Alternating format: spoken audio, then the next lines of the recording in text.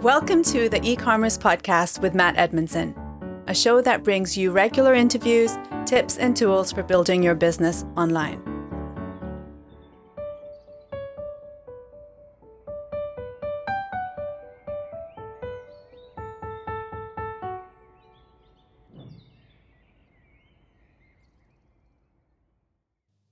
Well, hello and welcome to the eCommerce podcast with me, your host, Matt Edmondson. Whether you are just starting out or whether, like me, you've been around for a while in the world of e-commerce, the goal here is simple, and that's to help you grow your e-commerce and digital businesses. And to do that, every week I get to talk to amazing people from the world of e-commerce. Today is definitely no exception, let me tell you, or exception.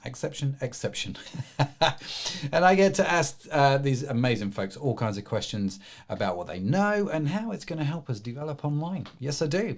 I try to have the conversation that you would have with them if you got to sit down and grab a coffee or cup of tea or you know, whatever floats your boat, really.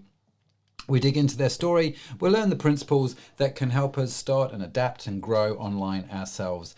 And today you are gonna love this episode. I cannot begin to tell you how much I enjoyed my conversation with Reese Spikerman. We're going to talk about how to create a killer about page that converts. We're going to get into all of that, and let me tell you, you are going to absolutely love it. She's just fabulous. Reese, fabulous conversation. I'll explain a little bit more. I'll start that sentence again. I'll explain a little bit more about Reese. But first, here's a quick word from this week's show sponsor. Hey there, are you a business owner? Here at Orion Digital, we know firsthand that running an e-commerce business can be really hard work. As the online space gets more competitive, it is becoming even more challenging to stay ahead of the curve. We totally get it. So we want to help you succeed by offering a wide range of services, from fulfillment, marketing, customer service, and even coaching and consulting, just so that you can do what matters most. Save yourself the time and the money and let us handle the day-to-day tasks. This way, you can run your business without having to worry about the boring stuff. So what do you say? Are we a good fit for each other? Come check us out at oriondigital.com and let us know what you think.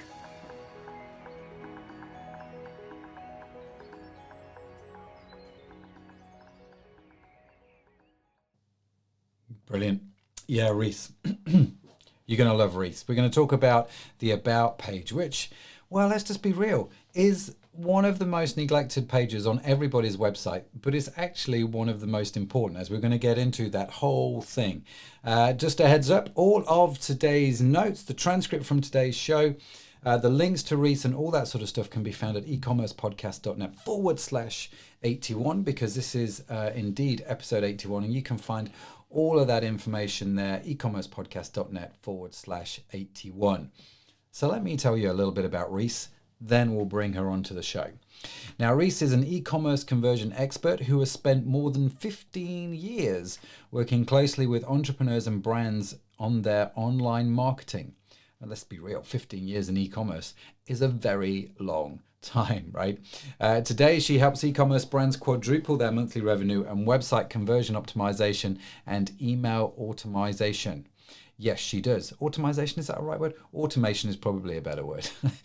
She has lived in Malaysia for 7 years. Reese is now back in her home state, Northern Michigan, where she lives with her husband and her dog, beautiful little dog. She is an introvert. This is what the bio tells me.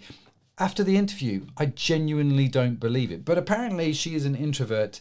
And also, as we are going to discuss, she is a lover of Detroit-style pizza and is obsessed with the TV show 12 Monkeys. Have to be honest with you, I haven't seen that TV show. Maybe I should watch it, I don't know. But I've not seen it, so I can't comment myself. What I can comment on, though, is this interview with Reese. I genuinely really enjoyed it. Really enjoyed my time with Reese. She was fantastic. So without further ado, here is Reese Spikerman. So Reese, welcome to the show. Great to have you on. This is your first time with us. It's not the first time we've talked, but it's definitely your first time on the show. And we were just saying then, weren't we, before we started recording, it's really great. And I'm really excited about this show. So thank you for joining us. Yeah, you're welcome. And I so enjoyed our initial conversation when we talked about, all right, what could we do this particular show about? So I'm really excited to see where it goes. You were fun to talk with then, and I know this is going to be a great conversation for the audience too. Yeah, no pressure. But if you're not fun, I'm just hanging up. That's the way it's going to work, right? Yeah, bye. Yeah. Excellent. So when we were, I mean, just give people a little bit of background. Obviously, we talked a bit about you in the intro, but one of the things I love about your bio was that you lived in lands of foreign, and technically you still live in lands of foreign to me, but you live in the States now. But just tell people a little bit about that journey. Oh boy. All right. So I was born and raised in the United States, and I had wanderlust at an early age. So when it was time to go off to college, or I think as you call it, university, Mm-hmm. I went about 700 miles away from my current home. And Okay. most kids will stay within a couple hours drive. I was Yeah. maybe a 15-hour drive. So I Wow. went to a few states away. And then I ended up getting a job in Florida. I ended up moving to Canada to be with my husband, who was my then boyfriend. And after 3 years there, we moved to Malaysia, which is where he is from. And we were there for about 7 years until there came a point where I was like, I think I'm done with the wanderlust and I'd really like to go back home. And that was maybe 6 years ago that Oh I wow. moved back to the US. And you've been freed from the wanderlust ever since.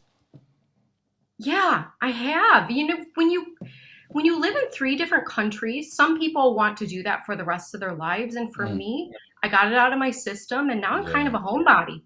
Yeah, it's interesting. I think for a lot of people, there's a very I think for me, there was a very definite season, of living abroad, and then you coming back, and actually, now I'm okay now. I feel like that's got out of my system. So you're back in the States. You're back. You've been back 6 years, you said. And one of the things it said in your bios, which I wanted to ask you about, which has absolutely nothing to do with e-commerce, right? But intrigued me, is you're a lover of Detroit-style pizza. Okay. Now, explain to me what a Detroit style pizza is and how that's different from pizza. Yeah, I'm so glad you asked this because I kind of am on a mission to tell the world about Detroit Oh, style okay. pizza. I might be getting some of the details wrong, but let me just tell you a quick history. So, in Detroit, Michigan, I believe in maybe the late 1800s, early 1900s, someone came up with an idea to take, you know, like a cake pan, Hmm. a say 9 by 9 inch, I don't know what that is in centimeters, square pan with the sides. Okay. And I don't know if it was because they were out of other materials or whatever. They got scrappy and they used it to put dough in there. And I think it was a bunch of Italians who had moved to the US who tried this. And what happened is when they tried it this way, it made the edges of the pizza all seared and Hmm. like really browned, almost kind of like a caramelized. So when you eat Detroit style pizza, it comes out like a square instead of a round pie, and those edges are just so crispy and umami, and the Oh. cheese gets all almost not burnt but just that real nice brown. So Hmm. can you see why I have become a bit of an evangelist for this? Yeah, yeah, yeah, absolutely. I think, and why not? I definitely need to try one. Now, being from Europe, I am obviously uber familiar with the Italian style pizza. And in the UK, you either get thin crust or deep dish, right? But it wasn't until I went to Chicago um, with my boys a few years ago that actually we really understood what deep dish pizza is, Oh in my good Chicago. lord, it's like a foot deep. It's unbelievable. It was like 1,600 calories a slice, is what it told you on the menu. That was insane. It was like your whole day calorie count in one slice of pizza. But it Yeah. was amazing. And I remember we ordered the pizza and he said, "What size do you want?" I said, "Well, we normally have a large pizza." And he looked at me and said, "You don't want a large pizza." So we ordered the small pizza and I could only eat half of it. So if Detroit style pizza is anywhere near as good as the Chicago deep dish pizza, I'm in. I think it's better. Okay, No, well, no offense to any Chicagoans, if that's what you call them watching, but I mhm. got to tell you, I think Detroit pizza edges it out. Okay, well, challenge is set, everybody listening to the podcast. This is just, this is just the kind of information we bring on the e-commerce podcast. Go and try a Detroit style pizza. I dare say there'll be a million videos on YouTube telling you how to do one really well. So have a go. Let me know what you think.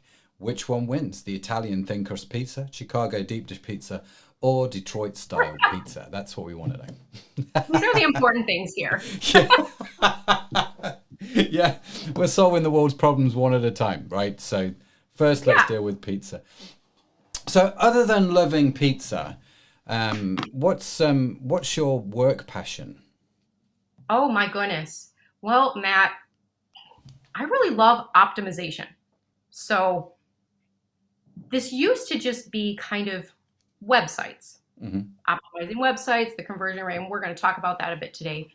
But I realized a lot of what I do is optimization on multiple levels. For example, you can optimize your email marketing by doing automations. And a lot of people don't. They don't take advantage of automations to just kind of make money in the background for them while they're just sitting around. Or let's look at optimizing even your customer onboarding experience, their unboxing, or things like reducing your internal load with dealing with customer inquiries and questions and complaints and problems by optimizing, say, your FAQ area.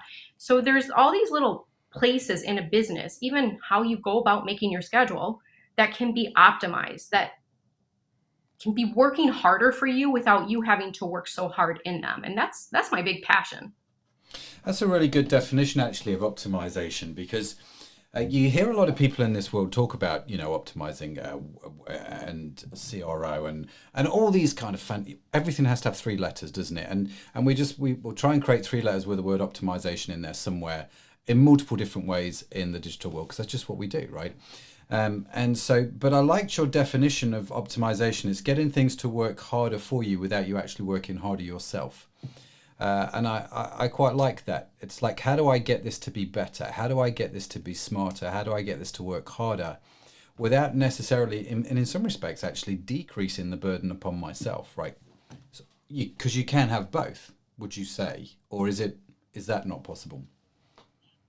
Do you mean that you can't decrease the burden on yourself while... Well, yeah, it's the. Sorry, I didn't make that question clear. I've just heard it back in my head.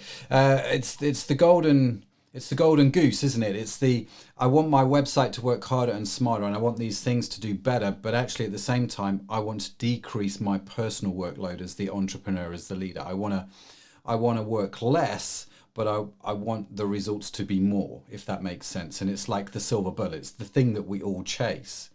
And that's where optimization, I would say, has a real sweet spot. In some respects, it allows you to do that. Agreed. And I think one thing, I love being honest with people about this, because Matt, you and I dance in a world where people dangle a lot of those magic bullets and they make it seem like it's seamless. And in 2 weeks, you're going to have 7 figures in your pocket, and it's total crap. So what people need to know is the path, that optimization path. You can bring in people like me or like Matt, I'm sure, to help you, but there will be a bit of a slog while you're in it, right? You're going to have to kind of put in, like, front load the work to buy future you a better life. So I do think the end goal is being able to find that silver, I think you call it a silver bullet, but it doesn't happen overnight.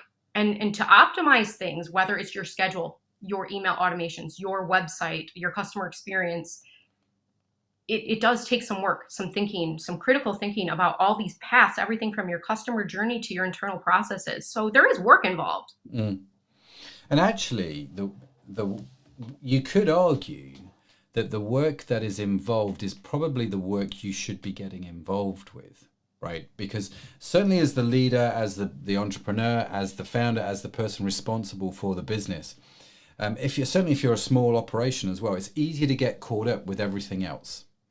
And the stuff that you're talking about is, in my head, it's the work you should be doing as the leader responsible for that organization. But I don't know, do you find people just put it off?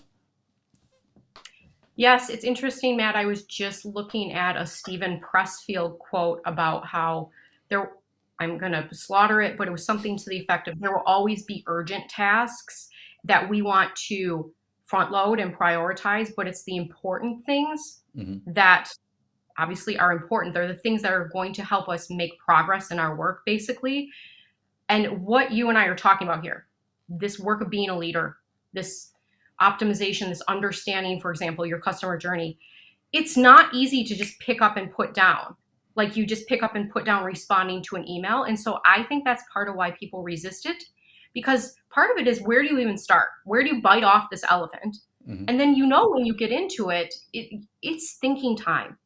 It's not you sit down for 10 minutes and you solve the world's problems. You sit down for 3 hours and you look back, and you might not have something tangible to show for it right away, but you're on your journey. Yeah, no, that's so good. So good. Well, let's get into this then, because one of the things that I enjoyed, Reese, in our conversation was we started to talk about this, and we went off on a tangent, which I thought no one has ever come onto this show and talked about before. And it all came, and as you were talking about it, just little light bulbs were going off in my head, because I say this to clients all the time. I say it to our team all the time. If you can tell me what the most visited page is on your website, tell me. And everyone will go, it's the home page, which 9 times out of 10, it's the home page. Then you follow it up with the question, what's the second most visited page on your website? That becomes a much more complex question for people to answer.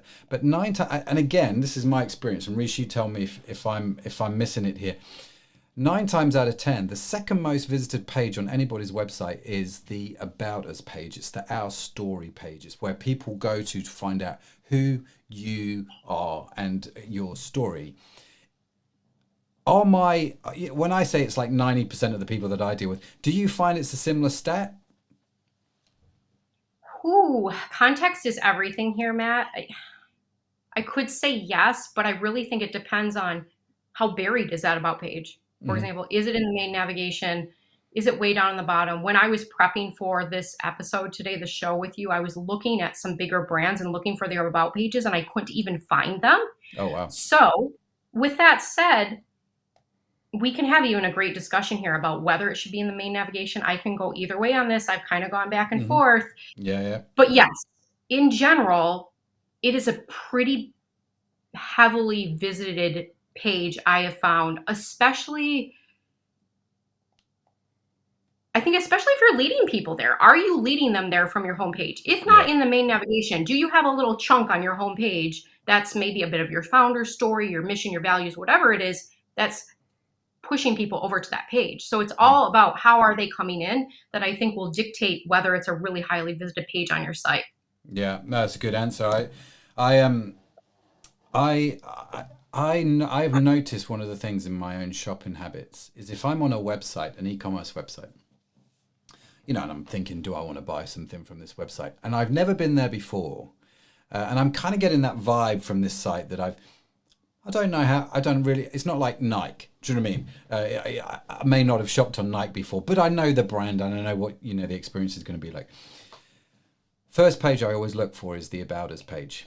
And if I can't find it, I don't buy from that store. It's as simple as that. And if it becomes complex to find it, I'm lost, I'm out, I'm off to somewhere else. And when you do find it, it is the most dull and boring page on the website. And this is where this again comes back to our conversation. So let's get into this. Let's talk about the About Us page, because I think there's so much opportunity here for people listening to just do some simple things and see some good actual results as a result of doing it. So let's go back to the beginning, the About Us link. So obviously we need to link to the page. There are 2 places that I tend to see it, in the main navigation, or more recently, it's become more of a popular thing to put in the footer navigation of the website. You said you're 50-50, you kind of go back and forth. What would be some of the good reasons for putting the About Us link in your main navigation? Let me explain the 50-50 a little bit, because I think, Matt, you and I talked about, we've seen an emergence of so many newer businesses into the e-commerce market in the last 1 to 2 years. Yeah. Before that, most of the people who were in e-commerce, not most, but a lot of them were at that 7-figure and beyond range. And so there, the revenues they were running, the type of store they had, it made sense to me at that time to have the mostly it in the footer, because I wanted the focus to be primarily on the products. Yeah. But this is where I kind of go the other direction. If you are an indie brand, and I mean, you can be a 7-figure business and be an indie brand, but if you are even like, let's say a real small business, you're working your way up, I think that having the about page in your header is really, it can be really helpful for building trust, especially for people who are looking to buy from small businesses for a reason. And so we're leveraging that buying behavior. We know they're looking for a smaller business experience. And the other example that I think people listening can relate to is if you are a maker. So some of the clients I work with make handmade soaps, right? Or dog clothes, and they haven't moved to the point where they're fully manufacturing it. Yeah. Or even if you're starting to automate some of it, when your business is made by your hands, I think there's even more of that sort of artisan mentality behind it that people want to read about. And it makes a lot of sense to me to have about or about the maker, for example, in the main nav. But I would love to know what you think. Yeah, I loved what you said there about the maker, you know, if you're kind of an artisan. I get that that's actually part of your story, and that's a big part of your selling proposition, isn't it? And it's like putting that in the main navigation makes an awful lot of sense. Yeah. When we started out in e-commerce, the About Us section definitely was in the main footer. And then over the years, it kind of migrated to it was in the main navigation. Then over the years, it migrated to the footer. And we tested it. We tested it in the main navigation. We tested it in the footer. What happened as a result? Do you know what I mean? And actually, we didn't lose anything by putting it in the footer. We just cleared the main navigation up slightly.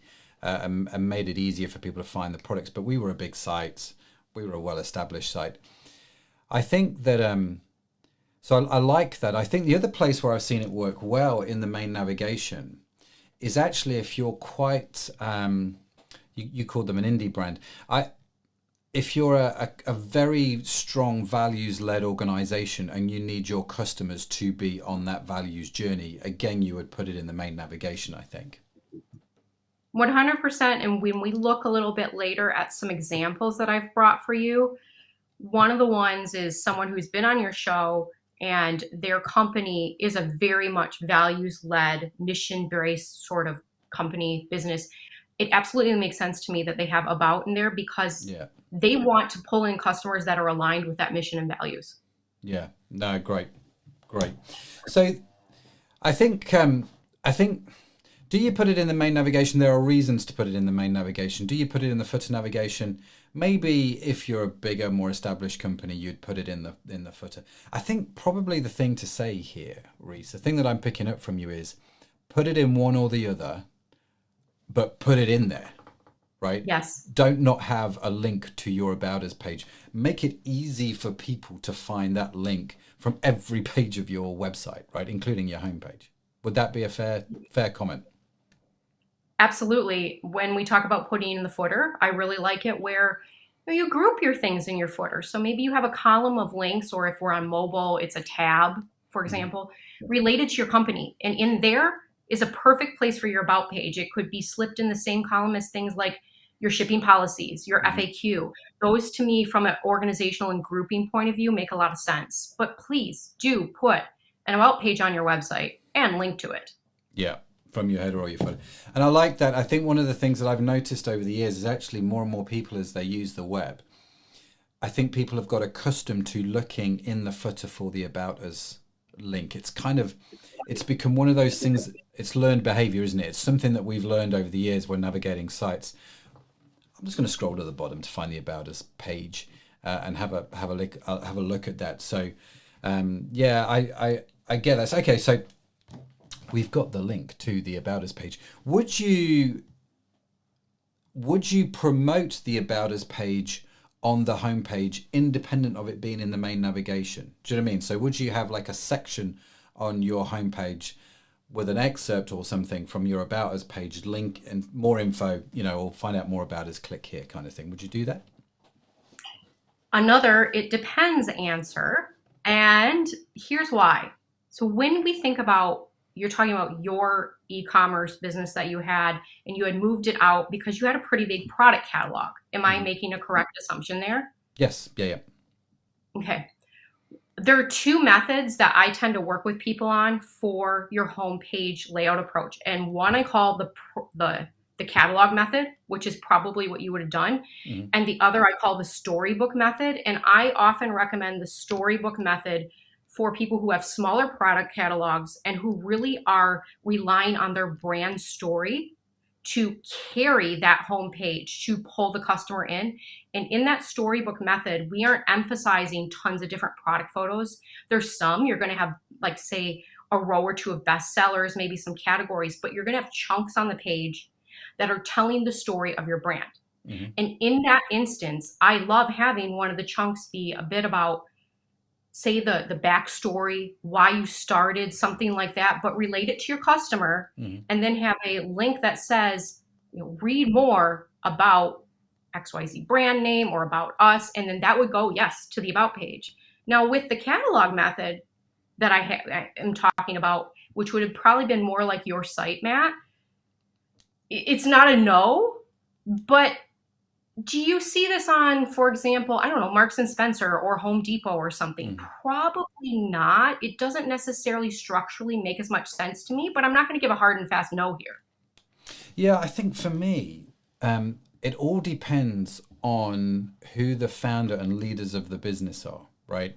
So if you go to Marks and Spencer's, no one knows who owns Marks and Spencer's because it's a shareholder thing. And do you know what I mean? It's a faceless company. There's not somebody driving that brand. If I go to any Virgin website, right? Virgin Atlantic, Virgin, whatever. Do you know what I mean?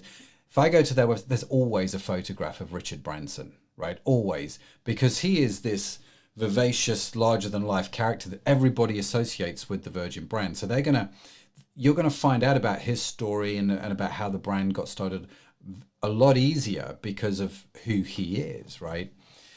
And I think with our site, we were the catalog concept that you mentioned, so it was very much catalog driven. We did have a section on the homepage though, which just had a team photo. This is who we are. Do you know what I mean? And it was just genuine because we just wanted just to be, kind of fun and just a bit out there. So we had team photos and we were just having a laugh on the homepage, and it said, sort of click here to find out more about us. And then that took people to the homepage, and that worked really well, actually. I thought that as a concept worked super well. So I think I think you're right. I do think you're right, with these bigger corporate brands. For me, it all depends on who the leader is, who that person is behind the brand. And if you've got any kind of personality behind it, you want to get people to that page. The way Branson did it, I don't know if you've ever seen what he did. I don't actually know if he still does it this way. It was a few years ago when I was doing a bit of research around this. There was a button on the homepage with a picture of Richard Branson, and it just said, "Do not click this button." Right? That was what it said. And of course, you're going to click the button, right? It's just human nature. I thought it was the best bit of sort of conversion rate optimization. Just tell people not to click it. Do you know what I mean?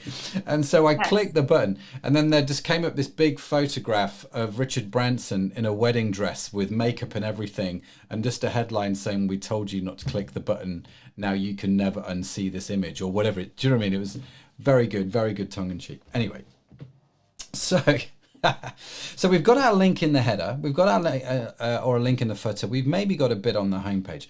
Let's get into the About Us page, because so many people, why don't you tell people what do you see as the default About Us page that everybody goes to, that you and I just put our heads in our hands like this and we're like, what are you doing? What is the default?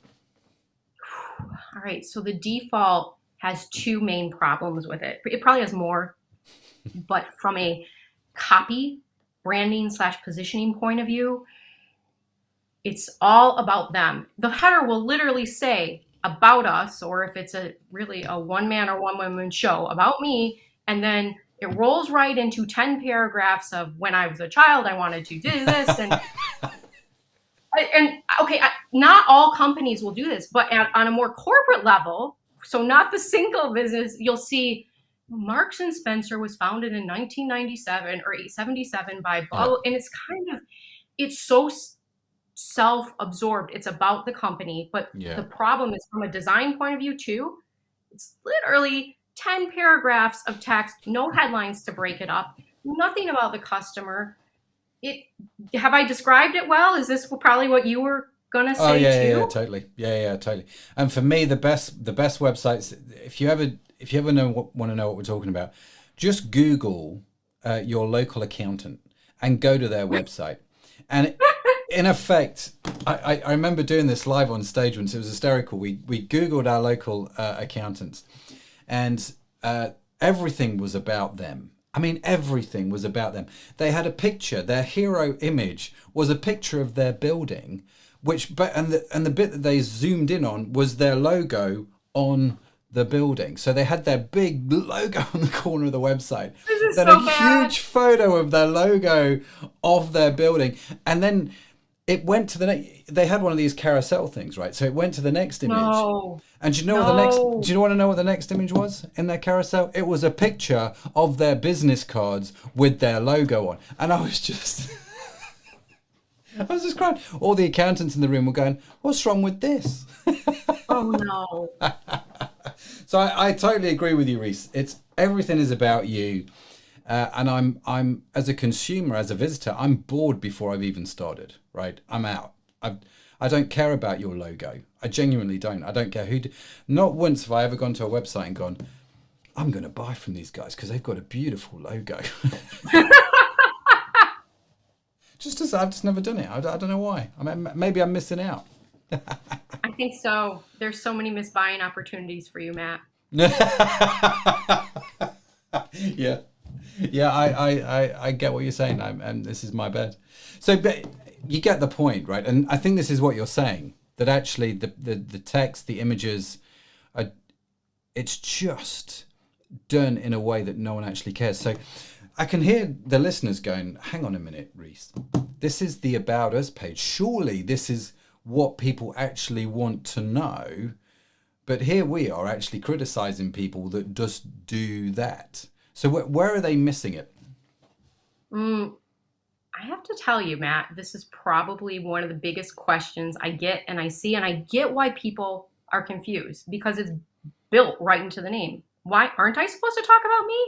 What else am I supposed to do? So I understand the confusion and the overwhelm.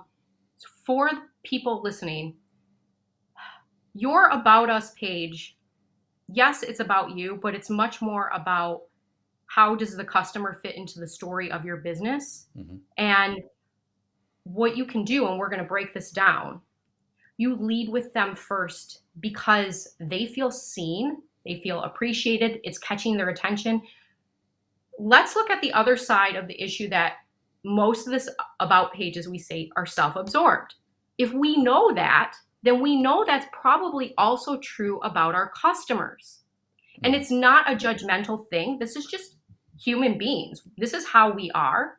So what if we turn that around our head, and if we know that most people care mostly about themselves, we can give them what they're looking for by talking to them first on our about pages.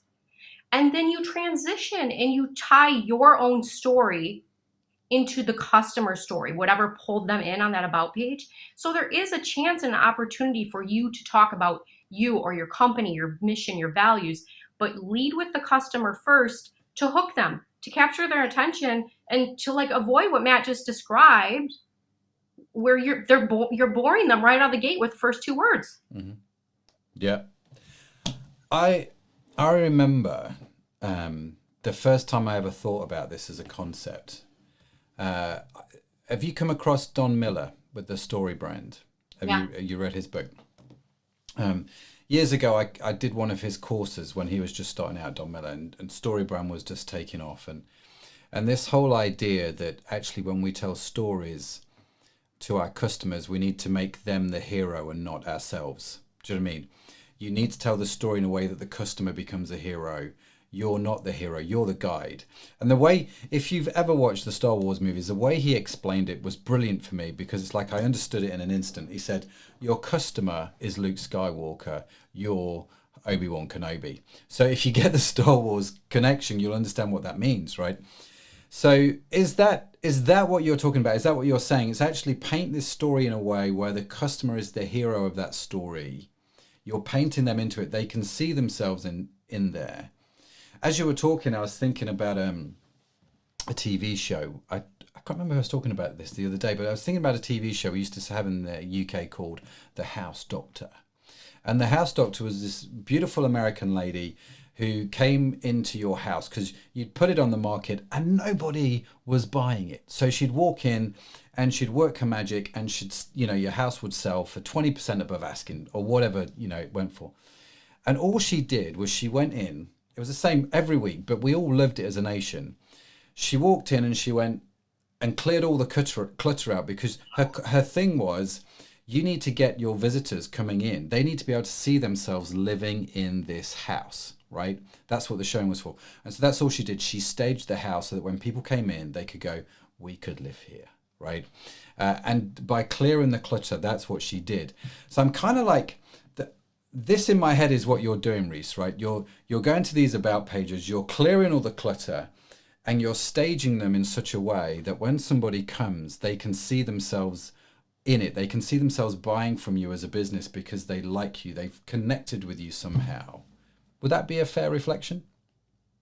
Not only is that a fair reflection, Matt, but you have accurately described what I could do with my life and career if e-commerce were to ever go away. I stage homes. You go and you look online and a home has so much clutter. Like you said, you can't see yourself in it. Let me tell you, we did the same thing with our house. Like we staged it ourselves. And we also baked chocolate chip cookies in the oven before the meetings to trigger that sense memory. And for people to be like, oh, I could imagine myself baking cookies in this house, this being my home. We are effectively trying to do those types of things with this about page. Yeah, that's very good. I like it. So the aboutpagedoctor.com is Reese's new website. Hey there, are you a business owner? Here at Orion Digital, we know firsthand that running an e-commerce business can be really hard work. As the online space gets more competitive, it is becoming even more challenging to stay ahead of the curve. We totally get it. So we want to help you succeed by offering a wide range of services, from fulfillment, marketing, customer service, and even coaching and consulting, just so that you can do what matters most. Save yourself the time and the money and let us handle the day-to-day tasks. This way, you can run your business without having to worry about the boring stuff. So what do you say? Are we a good fit for each other? Come check us out at oriondigital.com and let us know what you think.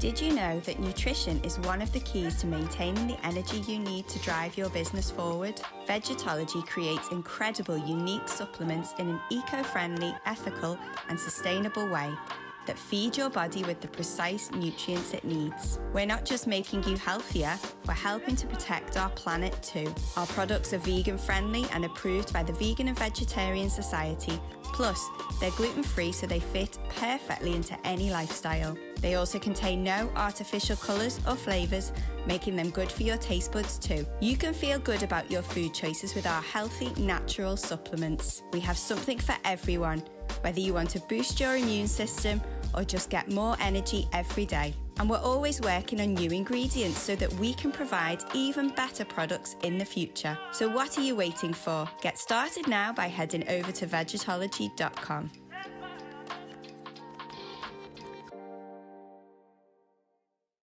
Let's talk about then some of the key things that you think make up a good About Us page, right? So we're going to focus on the customer. So how practically do we do this? What are some of the things that we could do?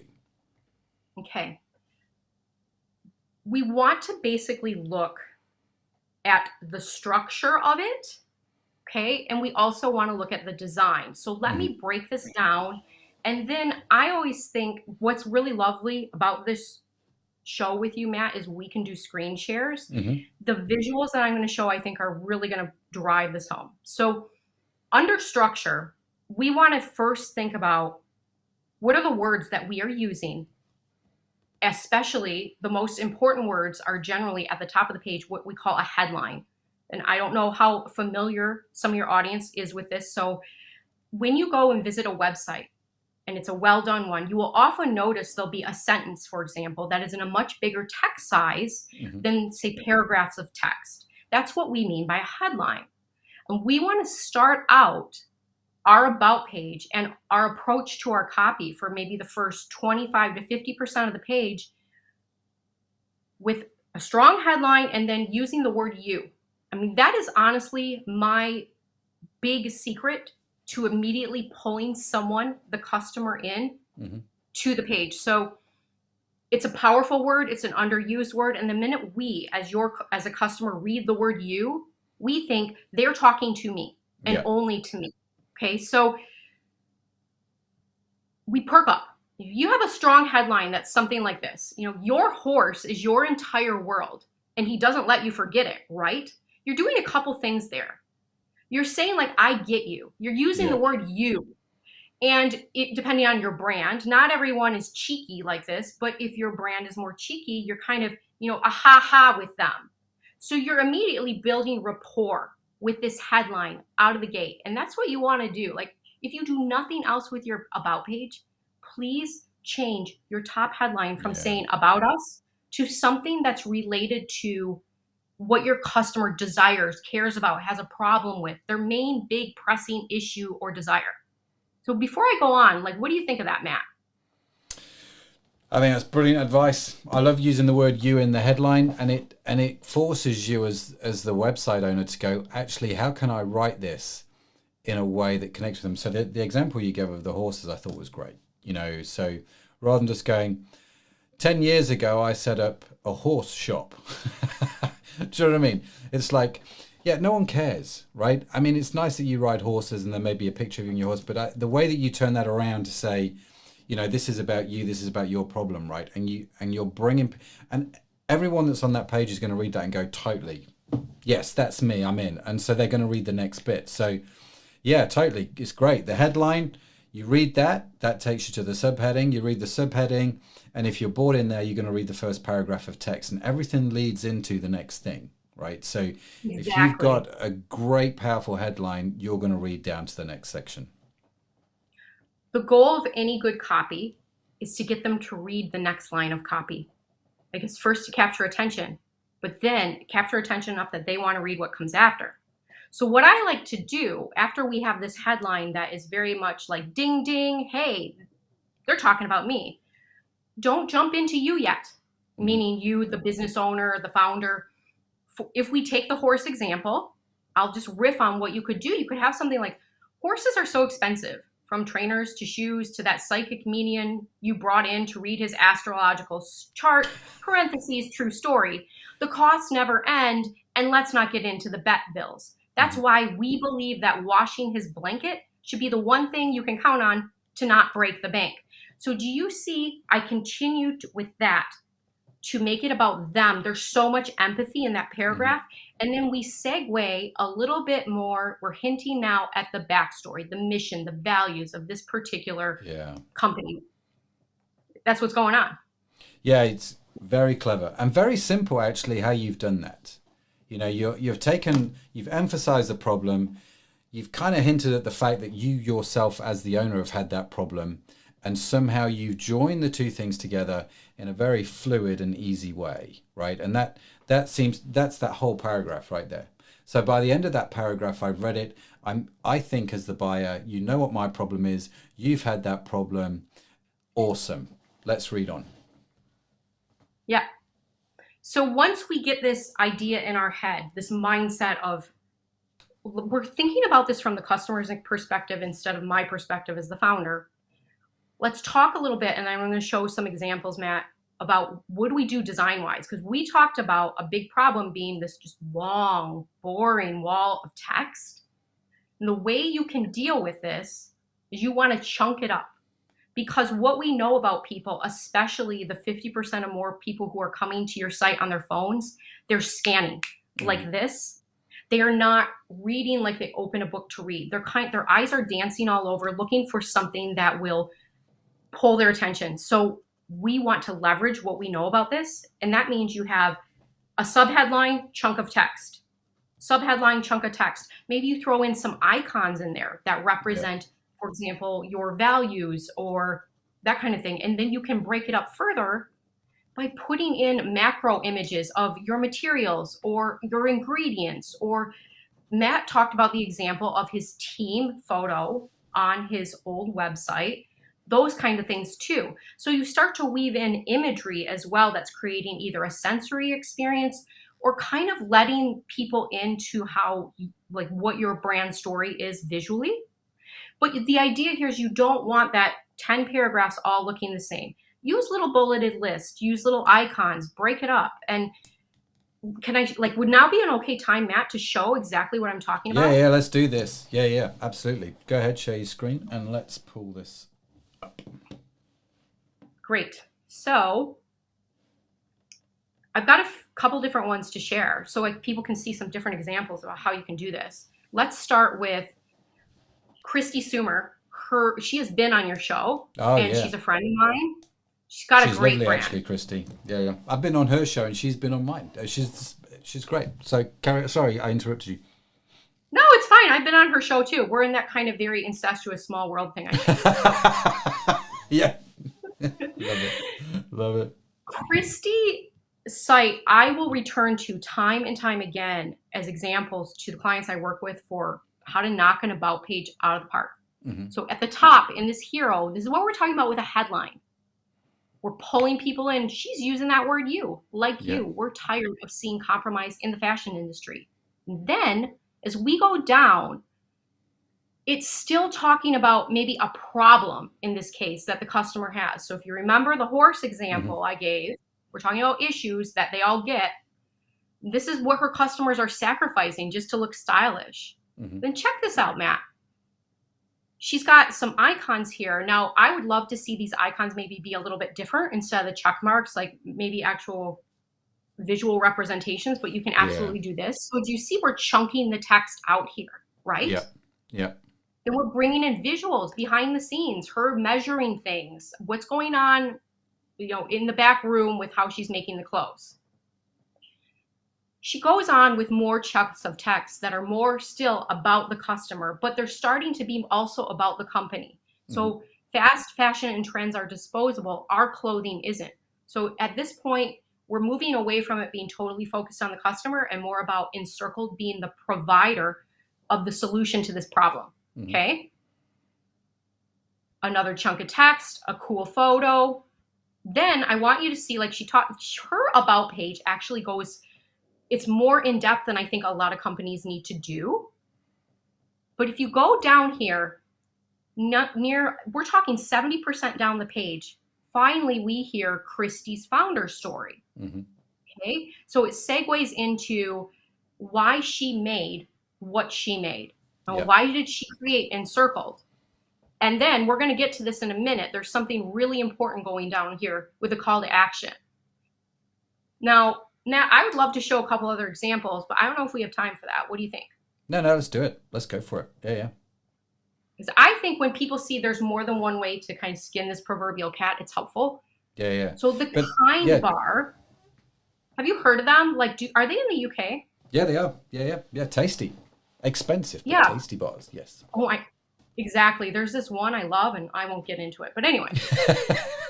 I know what to say you for Christmas now. That's the main thing. But you've got to get the right one. I like it when it's nice and chewy. Okay. Anyway, now people are going to be sending me chewy Kind Bars. You too, Matt. Yeah. With Detroit-based pizzas. Yeah. That's fun. Kind Bar. This is their headline at the top. This is their about page. So we've got that power word, the you, the your. Okay. And then what's a little different here that Kind Bar is different from what I showed you on Encircled is they kind of move right into their mission and values, but they're still tying it to their customers. So we've got a blurb, a headline. We believe if you can't pronounce an ingredient, it shouldn't go into your body. So there's still that you're there. It's merging the two stories together of the company and the customer. And then look at what they're doing with the photos. It's really cool. They've got these nice ingredient shots. It's kind of creating the sensory experience for us. It's a really good idea for food brands. Mm-hmm. And then this is their call to action in the middle. If you want to go work for them, they've got company photos here. But do you see how the design, okay, there's something I want to get into. The design is really broken up, but this is interesting. We've got more about the founder. And I think you absolutely, depending on your brand, can do fun things like this, little tidbits that are about your personality. So Christy, for example, could have done this. What's her favorite dress? Where's her hometown? What's her family life? Is there a TV show she likes? This just humanizes your brand even more. Yeah. And people will be like, oh my God, his quote is my favorite quote. I have found my people in my place. Yeah. Right? Yeah. Mm-hmm. And I'll show one more that's a little different. It's Casper Mattress. Okay. Okay. So they're starting out of the gate about themselves.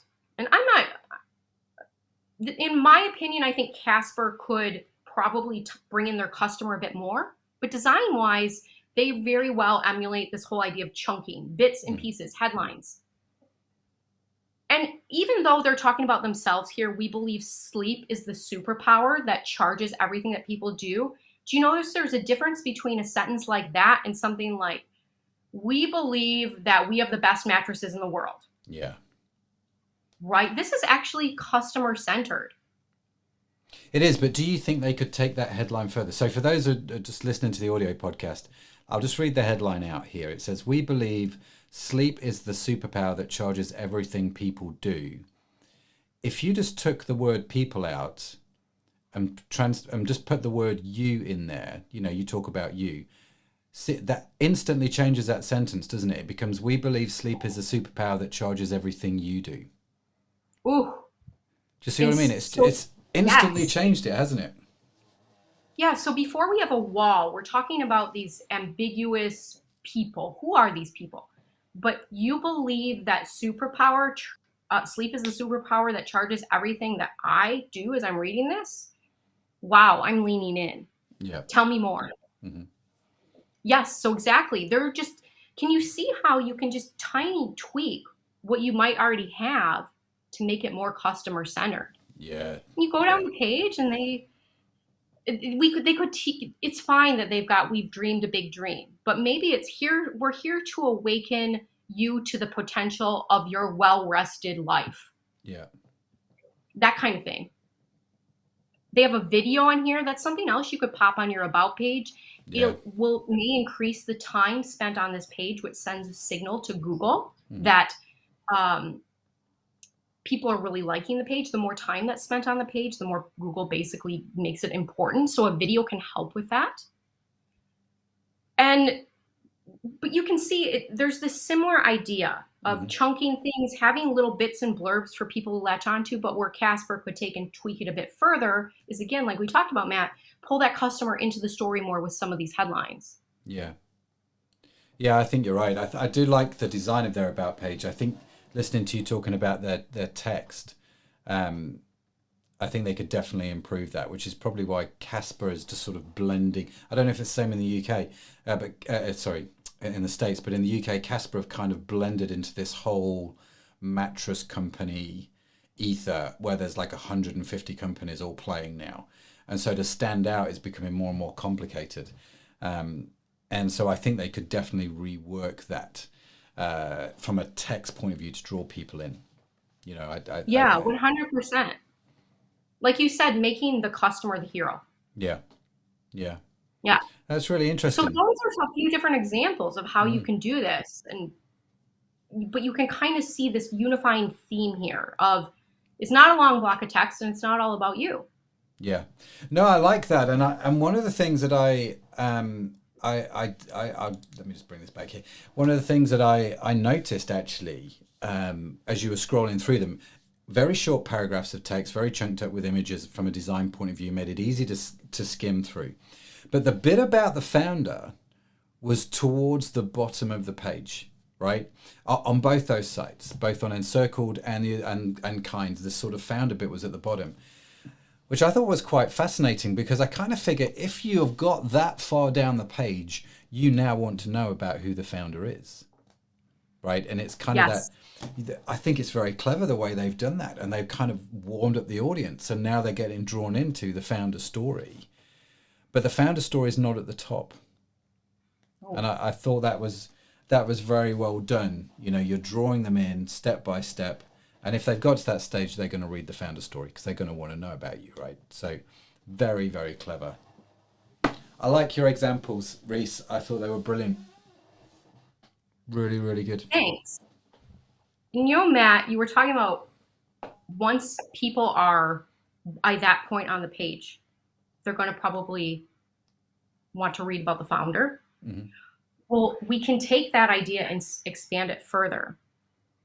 I showed you at the bottom of Encircled, she had some pictures to her bestsellers. Yeah. And then Casper, I don't know if you caught this, at the bottom has a email list sign up. Mm-hmm. So here's the idea. If people have taken the time and you've kind of chunked out your page this much so they're browsing with intention, they get to the bottom, it is such a ripe opportunity for capturing a next step and having a call to action, whether it's to go shop some specific things in your shop, bestsellers, or to get an email list sign up, or in the case of the Kind Bar, they were trying to encourage people to come apply for their company. Mm-hmm. But this is a missed opportunity that I see places that even have really nice about pages will often just end at the bottom. It's like people just spent 5 minutes on your page. They're probably the most invested that I have ever seen a customer on a page in general. And now you're just going to leave them hanging? No, you're going to capture this opportunity, man. Absolutely. Yeah. The call to action. Yeah. It's these little things, isn't it? And I appreciate if you've not got the experience and you're new to e-commerce and you're just building your business, there's all these things that you don't think about. That when you hear, Reese talk about the call to action, you go, well, of course you're going to put a call to action there. Why would you not? It's the most sensible thing in the world to do. And I find often with e-commerce, none of this is rocket science. A lot of this is just straightforward common sense. But if you don't know, you get so caught up in it, don't you? You get so tunnel visioned in what you're trying to do that you don't think about it from the customer side. You don't think about the sort of the customer journey. And I think actually, if you do that with your about page, if you do that with every page on your website, to be fair, you kind of, you're winning the battle. And so I love that. They've got to the bottom of the page. They're the most invested they've ever been. Give them something to do. What's the next logical step for these guys to take at this point? Is it to sign up to your newsletter? Is it to go browse something? What is it? Now, one of the things that I've noticed over the years, Reese, and I don't know if you've got any experience with this actually as well, is the people that come to your site, they're at different places in the buyer's journey, aren't they? So some are ready to buy. I mean, they're red hot, right? And some, I'm just kind of browsing, just having a look. I'm not in a rush to go anywhere. I want to know, I'm going to make an informed decision and blah, blah, blah. And so you've got to think about the different types of customers that you have. One of the common themes I've noticed with all of these customers is a lot of them will go to your About Us page. If it's well crafted, they will stay on it, they will engage with it. So what sort of calls to action do you think work particularly well on the About Us page? It's a tough question, basically because of what you described, where we have different people at different points in their journey. And even one consideration could be you have someone who bought a product from you before visiting your About page, and they're actually going to your About page to reinforce in a positive way this buying decision that they made. Like, it's psychology. With that said, my personal favorite, and I don't have big data to back this up, Matt, but I really like encouraging to sign up to the email list because, man, we live in a time where it's so increasingly hard to acquire customers through ads. God, we could have a whole episode on that. Yeah. And other means. And so I'm really pushing people to do whatever they can to get the customer or potential customer on the email list so you can have that one-on-one conversation. I think there's a case to be made for sending them to product pages to buy, but I think, Matt, a lot of times conversion is not this instant event where someone comes to the site and within 5 minutes or less, it's their first experience. They come to the site, they buy something. And I think a lot of people think that's how it works, but it may be more like they come and then a couple months later, they remembered they wanted that thing and then they come back. And there's a bit more lag time here that is affecting conversion rates. And because of that, that's part of why I like encouraging the email list sign up more so than pushing to the product page, because I can always push them to my product page from an email if I get them on there. That's my take. But I mean, this is what part of why I love these podcasts is we get to talk about and nerd out together. What do you think? What's your take on this? I think you're totally right. I think the call to action is always, you've got to have it somewhere on your About Us page, join our email list. And again, you've got to present that in a way that is you've got to give them a really good reason to sign up to your email list. Not, sign up to my email list, I'm going to spam the crap out of you, right? People are just they're not interested. But it's like if you inform people of a great reason, a great benefit to sign up to your email list, they're going to do it, especially if they've got that way, all that way down the bottom of the page. I also find putting links like Instagram feeds in on the About Us page works. People will connect with your social media from the About page. But again, I think it all comes down to who's on there and at what point of their journey are they. Are they already subscribed to your email list? Could you know this? Do you have a cookie on their computer, which is a bit more tricky to do these days? Or maybe I show them something else. Do you know what I mean? If I can make my About Us page a bit smarter, as my business grows, to show stuff. Maybe they've been to a specific product page 3 times. Let me show them that product, or maybe a blog post which talks about that product so they can start to dig in a little bit. I know if people are like me, and most people we're all fairly similar creatures of habit. I'll go to the product page, I'll watch the videos, I'll come back at a later date, blah, blah, blah. And I've got to feel confident in that company. It's fundamentally what I've got to do. And so the About Us page, getting me to sign up to the email, getting me over to the social media, getting me feel like I'm connected with you in some way, that's a win for me. That is a win. Because like you say, not everybody's ready to buy straight away. And it's a bit like a courtship, isn't it? It's like you've got to win them. You're not going straight to a marriage proposal, right? We've got to win these people. And you never win anybody on the first date by just talking about yourself the whole time. It just never happens. So basically, rules of dating, if you don't want to be a douche about it, apply to e-commerce. Pretty much everything we do. Don't talk about yourself first. You'll be fascinated in your customer. Mm-hmm. Do what Matt's doing now while we're having this conversation. Look them in the eyes. Be very engaged. How do you do that digitally? I think what happens, Matt, is everything that we know about human nature inherently as humans flies out the door when we sit in front of a computer and we start hacking away at our website. And it's for some of the reasons you cited. A lot of people listening are doing it themselves. They have tunnel vision, and that's not a judgment. That's like me having empathy for the fact that you have so much on your plate. It's hard to know and see all of this that you alluded to. And it is, a lot of it is common sense, but we forget in the digital world how to bring common sense over to our websites. But you've got to woo people. You got to court them. You need to make it about them. And when you do that, they'll love you if you do it right. Yeah. And by doing it right, it's not manipulation. It's actual general, it's a general care, It's like, I care about our customers. I have a general, we're authentic, we're transparent. We like people. We want to see if we're not the best for people, we will tell them. And if you've got that attitude, if you have that coming across in your content, in your About Us page, I think people buy into it. And I think people connect with that.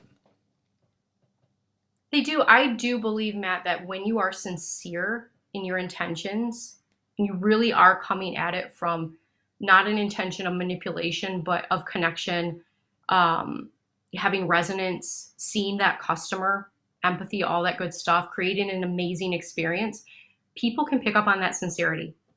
Just like they can pick up on sincerity And within 5 minutes of a conversation with someone, there's a reason you and I were like, yeah, let's do this show together, because we jived, and you want to create that kind of jive for people with the words you use, even the images you select, all that stuff. It'll tell them you belong here.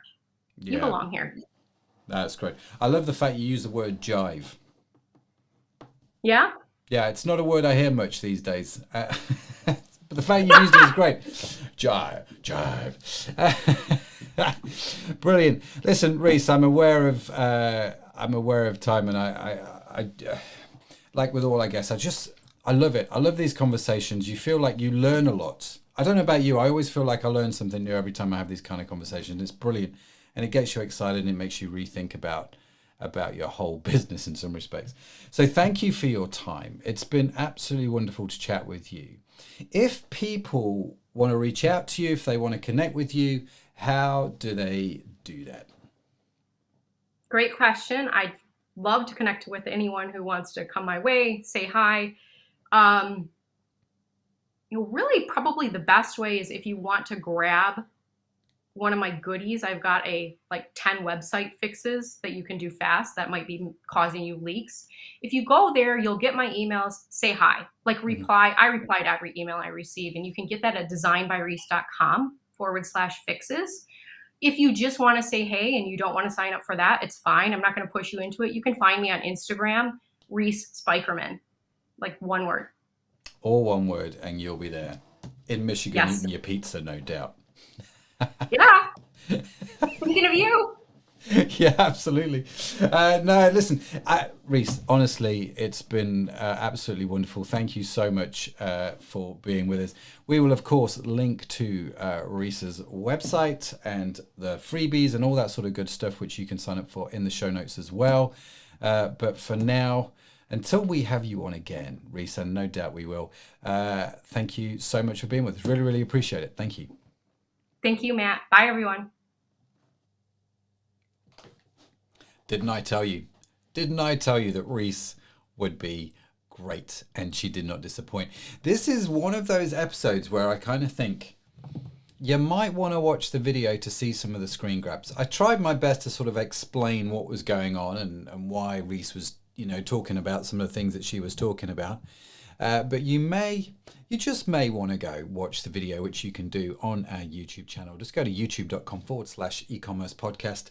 Look out for Reese's episode number 81, and you will see it there. We will, of course, link to this video episode in the show notes, ecommercepodcast.net/81, and you can find all of that. But thank you again, Reese. Absolute legend. I loved that interview. Genuinely loved it. Extrovert, no. No. Detroit pizza. Oh, yes. Yes, we definitely want to try some of those. Okay, so coming up next week, we have Joseph Wilkins, who is actually a fellow Brit, but he is living in the US at the moment. And Joseph has created some of the best and most entertaining videos on the web. So I was super keen to talk to this guy. I've got a big thing in my head about video and e-commerce and how it's the two things are inextricably linked for our future. Yes, they are. And so next week we get to deep dive into Joseph's 8-step process for video creation. You're not going to want to miss it. So here is an excerpt on what you can expect. The most important part is making sure you know before you produce this video that people are actually going to respond to it. And that doesn't just mean laugh to it. That means understand what the problem and the solution is that you're presenting and what the offer is that they're supposed to take advantage of when the video is over.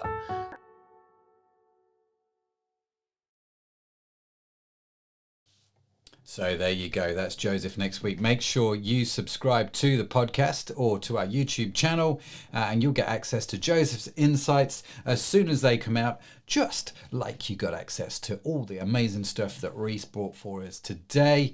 Finally, one last time, ecommercepodcast.net/81 is the link you need to get the transcripts and notes and the links to all of Reese's stuff. So do check out the website. That's all from me. Thank you for listening. Have a great week. I'll see you next week. So bye for now.